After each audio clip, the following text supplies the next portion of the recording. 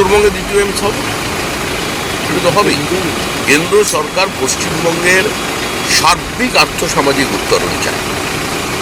আমাদের প্রধানমন্ত্রী তিনি চান যে উত্তর পূর্ব ভারতের যেটা গেটওয়ে এবং যে পশ্চিমবঙ্গ একসময় শিল্পে একদম উপরে যার জায়গা ছিল, ব্রিটিশ ইন্ডিয়ায় সারা পৃথিবীর জিডিপির মধ্যে একটা বঙ্গপ্রদেশের একটা নির্দিষ্ট কন্ট্রিবিউশন ছিল।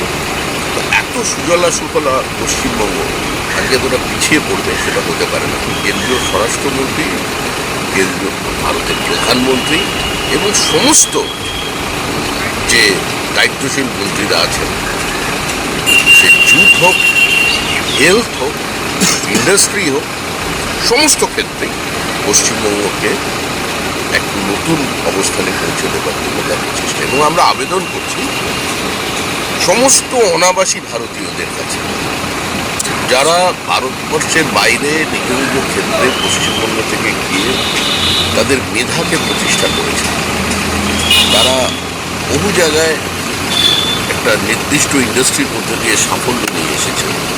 আজকে তারা আসুন, পশ্চিমবঙ্গ আপনাদের একটা ইনভেস্টমেন্ট ফ্রেন্ডলি আমার লোগোটাকে ঢেকে দিল।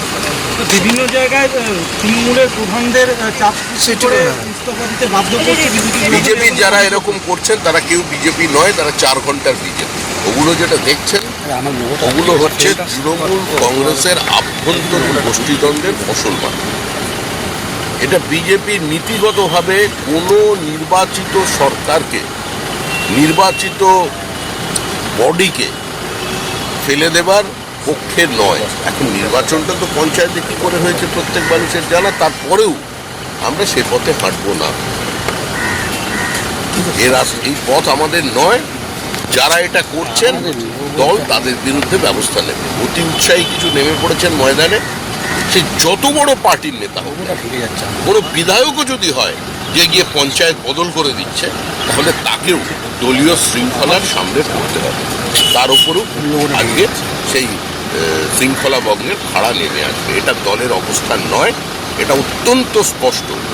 আমরা যদি এ পথে হাঁটতাম তাহলে 2021 সালের আগেই পশ্চিমবঙ্গের এই সরকারটাকে সরিয়ে দেওয়া যেত। বিজেপি প্রতিহিংসার রাজনীতিতে বিশ্বাস করে না। বিজেপি কোনো অবস্থাতে কোনো ভাতৃহত্যায় বিশ্বাস করে না। আমাদের পশ্চিমবঙ্গের মানুষ একটা সুযোগ দিয়েছেন, এটা তো আমাদের একার কৃতিত্ব নয়। সারা পৃথিবী থেকে মানুষ যারা এখানের ভোটার, তারা ভোট দিতে এসছেন, যারা ভোটার নন, গ্রিন কার্ড হোল্ডার কিন্তু অন্য দেশের সিটিজেনশিপ নিয়েছেন, তারাও এসেছেন। তারা নিজেদের মতো করে প্রচার করেছেন। আমরা অনেক ক্ষেত্রে জানি না, কারোর সঙ্গে যোগাযোগ নেই। পরিযায়ী শ্রমিকরা এসেছেন, কিছু আমাদের ব্যবস্থাপনায় এসেছেন, আর কিছুরা নিজেদের টাকা দিয়ে এসেছেন। সুতরাং এই যে লক্ষ্য, এটার লক্ষ্যটা কি? একটা নতুন পশ্চিমবঙ্গের সন্ধানে তারা এসেছেন। আমরাও চাই একটা রাজনৈতিক এই সমাজটা সরে যাক। একটা রাজনৈতিক সমাজের মধ্যে থেকে কোনোদিন কোনো রাজ্য দেশের উপকার হতে পারেনি, ভালো হতে পারেনি। পশ্চিমবঙ্গে শিল্পের সুস্থ প্রতিযোগিতা থাকুক, এখানে রাজ্যে বিনিয়োগ বাড়ুক, এফডিআই বাড়ুক, এসইজেড আসুক। শিল্পের ছাড়া আমাদের কোনো ভবিষ্যৎ নেই। তরুণ শিক্ষিত প্রজন্ম যারা আছেন তারা কাজ চায়, তারা কর্মসংস্থান চায়, তারা ভালোভাবে বেঁচে থাকতে চায়। আর তরুণ প্রজন্ম তারা আন্তর্জাতিক মানের শিক্ষা চায়। তো সেটা করার লক্ষ্যে এই সরকার বদ্ধপরিকর। 1 বছর সময় দিন, আর এখনো তো 1 মাসও পাইনি সরকারের। একটু সময় দিন, সব পাল্টে যাবে। কালকে যে নির্বাচন একদম পদ্মা নির্বাচন, ওখানে আর নির্বাচন তো আগে হতো না। পলতার নির্বাচনের যে পুনর্নির্বাচন হচ্ছে, সেই কৃতিত্ব তো বিজেপি কর্মীদের নয়। আমরা তো করাইনি।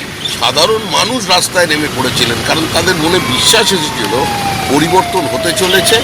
এবং আমাকে মহিলারা বলছেন ধরে ওখানে যে হিন্দু হয়ে জন্মানো কি অপরাধ?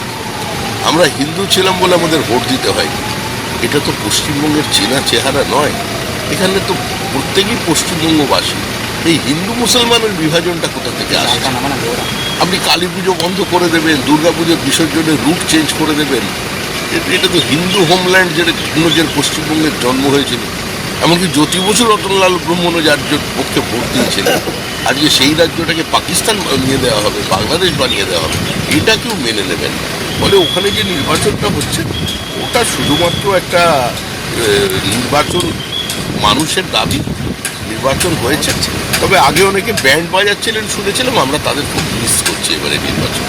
আমি ওখানে গিয়ে বলে এসেছিলাম প্রচার করুন, বিরোধী তো থাকতেই হবে, নাহলে গণতন্ত্রের সাফল্য আসবে কি করে।